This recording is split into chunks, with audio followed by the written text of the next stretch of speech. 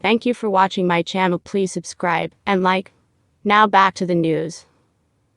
Republican presidential candidate Governor Ron DeSantis and other conservative critics took aim at former President Donald Trump for hedging this week on the explosive issue of transgenderism and refusing to give a clear answer on whether he believes it's possible to change one's sex. Trump responded with a long drawn-out and an uncomfortable laugh when host Megyn Kelly, in a Thursday interview on The Megyn Kelly Show on Sirius XM, asked, "Can a man become a woman?"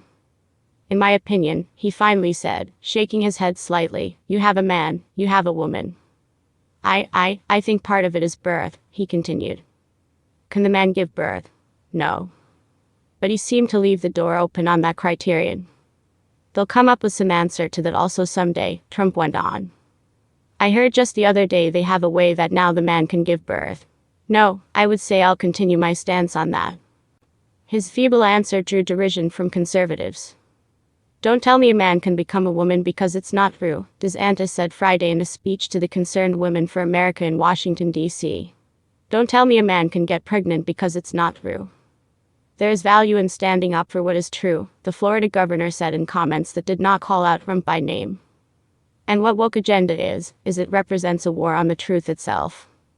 Longtime Trump antagonist Eric Erickson joined in. "When a former president cannot and does not immediately say no when asked if a man can become a woman, he does not need to be president again," the right-wing commentator posted on X, formerly Twitter.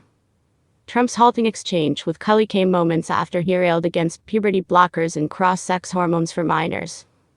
"I'm so against it," Trump said of what he called the mutilation of children. "Many of them, I've heard like 62%, when they grow up, when they're older, they say, 'Who did this to me? Why did you do this to me?'" Trump insisted that his stance on the issue has never wavered, even though he allowed biological men to compete in the Miss Universe pageant when he owned it. "I think at the beginning it was such a small subject."